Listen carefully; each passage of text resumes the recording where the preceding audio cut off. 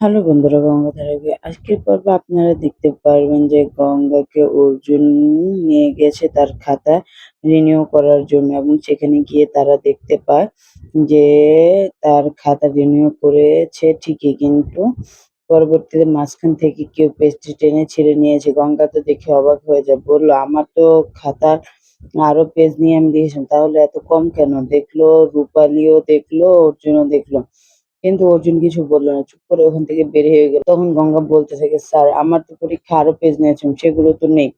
আপনি নিশ্চয়ই দেখেছেন, তাহলে আপনি কেন কিছু বললেন না?" তখন অর্জুন বলল যে, "তোমার তো এত কিছু বলার দরকার নেই। তুমি পুলিশ না আমি পুলিশ। আমার চিন্তা আমাকে করতে দাও। তুমি মাঝখানে কোনো কথা বলো না।" তখন অর্জুন ভাবছে, নিশ্চয়ই এখানে সর্ষের মধ্যে ভূত আছে। কেউ তো এই কাজটা করেছে। আমি দেখেছি নাম্বার কাউন্ট করার সময় যে খাতার মাঝখানে থেকে পেজটা টেনে ছিঁড়ে নেওয়া হয়েছে।" তখন রূপালী বলল, "দাদাভাই, তাহলে কি চিন্তা করছো? কিছু তো একটা করতে হবে।" তখন অর্জুন বলে, "হ্যাঁ, করব। কিন্তু তোমরা সবাই চুপ থাকো। বাড়িতে গিয়ে তোমরা বলবে যে গঙ্গা পরীক্ষার রিনিউ রেজাল্টেও আমরা দেখেছি যে গঙ্গা ফেলই করেছে। ও ৮৮ পেয়েছে।" তখন গঙ্গা বলল, "কেন আমি এ কথা বলব? আমি তো পরীক্ষায় ২৮ পাইনি। তাহলে কেন এই কথা বলতে যাব স্যার? আমার পরীক্ষা তো ভালো হয়েছে। আপনি তো দেখেছেন কেউ খাতার মাঝখান থেকে পেজ ছিঁড়ে নিয়েছে।" অর্জুন বলল, "তুমি বেশি কথা বলো না।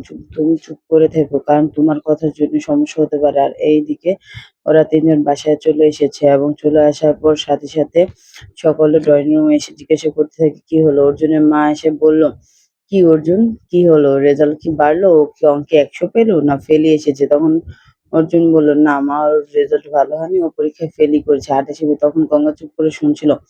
আর গঙ্গাকে সকলে মিলে কথা শোনাচ্ছিল। রূপালীও চুপ করে ও গঙ্গার পাশে দাঁড়িয়ে শুনতে থাকে। এদিক দিয়ে অহনা আর শালময়ী এসেও গঙ্গাকে কথা শোনাতে থাকে।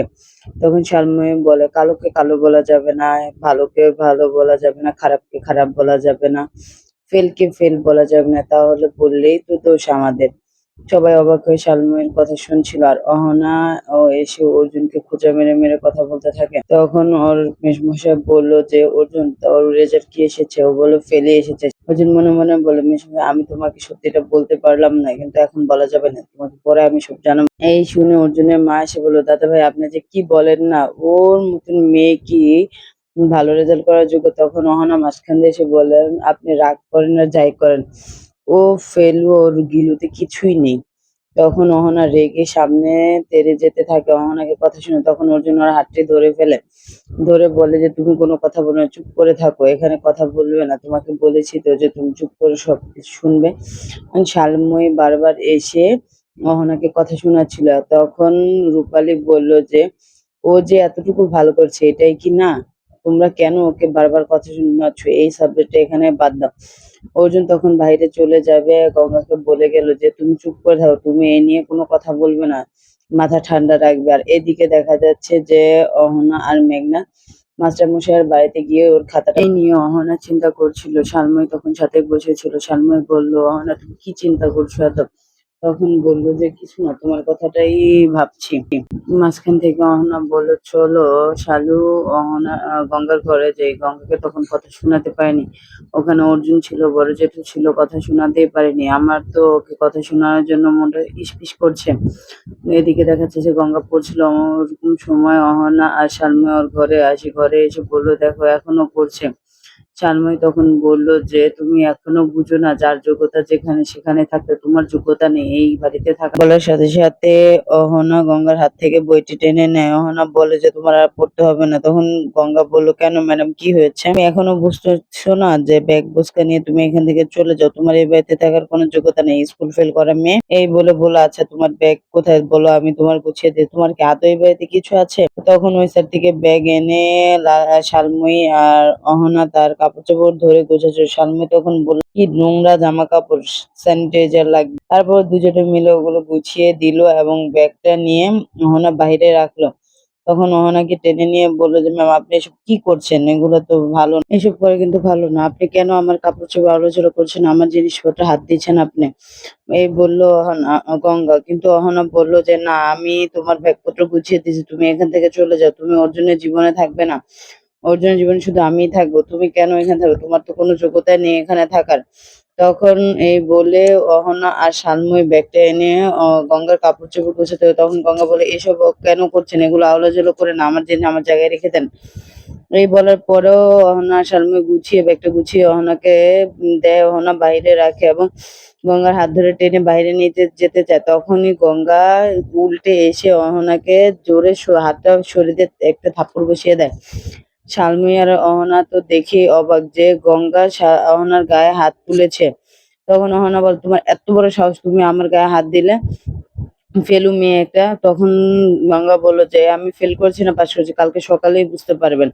এখন এই নিয়ে আপনি কথা বলবেন।" এই শুনে তো অহনার মুখটা পুরো ফ্যাকাশে হয়ে যায় এবং বলে যে, "গঙ্গা এটা কি বলল?" গঙ্গা তখন মনে, মনে এটা আমি কি করলাম? স্যার তো আমাকে বলতে নিষেধ করেছে। তারপরেও আমি রাগের মাথায় এটা বলে ফেললাম।" তখন শালময়ী অহনার হাতটা টেনে অহনা তখন চুপ করে চিন্তা করছে কিভাবে এটা সম্ভব? কিভাবে ও বুঝলো? কেন? অহনা মনে, মনে বলল, "এটা তো মেঘনাদকে জানাতে হবে।" এই বলে সে ঘরে গেল। গিয়ে মেঘনাদকে কল দিল। বলল, "মেঘনাদ দা, গঙ্গা তো এই কথা বলল যে কাল সকাল দেখা যাবে ও পাস করছে না ফেল করছে।" আর এদিক দিয়ে পিছন থেকে শালময়ী কথা লুকিয়ে, লুকিয়ে শুনছে। তখন ও হুট করে ঘরে আসে। অহনাকে বলে, "অহনা এটা কি হলো? তুমি কি করেছো? আমাকে বললে না?" "ও আমি তো পরের মানুষ। আমাকে কেন বলবে? আমি তো দূরের মানুষ, তাই না?" তখন বলল যে, তুমি যদি আমাকে পুরোটা বলো তাহলে আমি এই কথাটা ভুলে যাব।" তখন অহনা সম্পূর্ণ ঘটনাটা শালময়ীকে বলতে শালময়ী বলল, "বাহ! ভালোই তো প্ল্যান করেছিলে।" কিন্তু অহনা বলল, "এখন তো গঙ্গার কথা শুনে মনে হচ্ছে অর্জুন কোনো কিছু সন্দেহ করছে। এর জন্যই তো সমস্যাটা হলো। গঙ্গা যদি তখন না বলতো তাহলে তো অহনা এই কথাটা বুঝতে পারত না।" এই ভেবেই গঙ্গার মাথা খারাপ হয়ে যায়। অর্জুনকে ফোন দিতে থাকে। অর্জুন তখন ফোন ধরে না কারণ অর্জুন মিটিং এ ছিল। আর এদিকে মাস্টার মশাই চিন্তা করছে এটা কি করা ঠিক হলো? আমার জন্য গঙ্গা পার্লারের ক্ষতি হচ্ছিল। ওই ভাবতে, ভাবতে কলিং বেলের শব্দ আসে এবং গিয়ে দেখে যে পুলিশ তাদের ধরতে এসেছে। ধরে নিয়ে অর্জুনের কাছে আর এইদিকে গহনা অর্জুনের অফিসে গিয়ে পৌঁছায়। পৌঁছে সবাইকে বলছে, "অর্জুন কোথায়? অর্জুন স্যারকে একটু ডেকে দাও।" ও তখন বলল তার সহকর্মী, "অর্জুন স্যার তো মিটিং এ আছে, তুমি ঠান্ডা হয়ে একটু বসো।" বলল, "না বসার মতো সময় নেই। আমি একটা ভুল করে ফেলেছি। স্যারকে ডাক দেন প্লিজ। স্যারের সাথে আমার কথা।" তখন গঙ্গা কান ধরে দাঁড়িয়ে বলছে, "স্যার আমি তো ভুল করে ম্যাডামকে বলে ফেলেছি। আমি তো জানতাম তুমি এই কাজটা করবে। এর জন্যই আমি যা করার আজকে করে ফেলেছি। এত চিন্তা